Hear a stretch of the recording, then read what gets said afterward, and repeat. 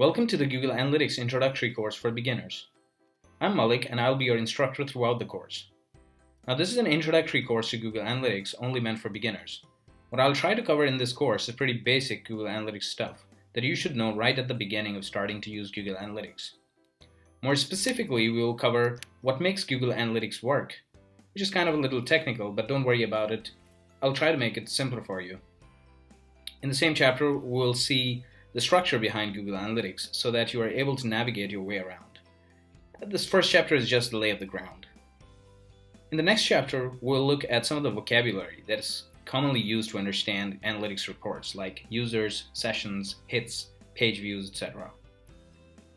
Next, we'll follow it up with a walkthrough of the reports where you will see how the vocabulary you learned in the previous chapter is actually used inside an analytics report.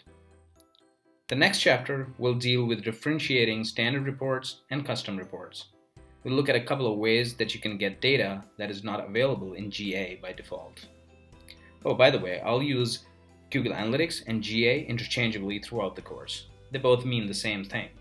Now, analyzing your data does not make sense if you're not working towards a goal. Google Analytics provides a way to define your goals so you can always check your performance against them.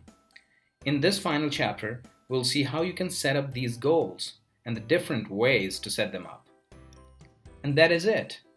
Once you're done with the course, you'll be fully equipped to jump right into your account and create data stories for your business.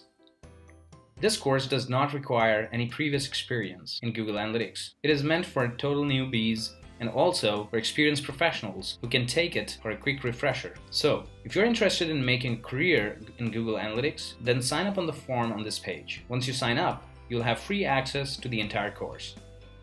I ask for signing up to avoid plagiarism and copying.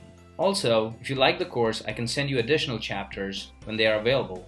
You can always change your mail settings later. So sign up now for quick instant access, and I'll see you on the inside.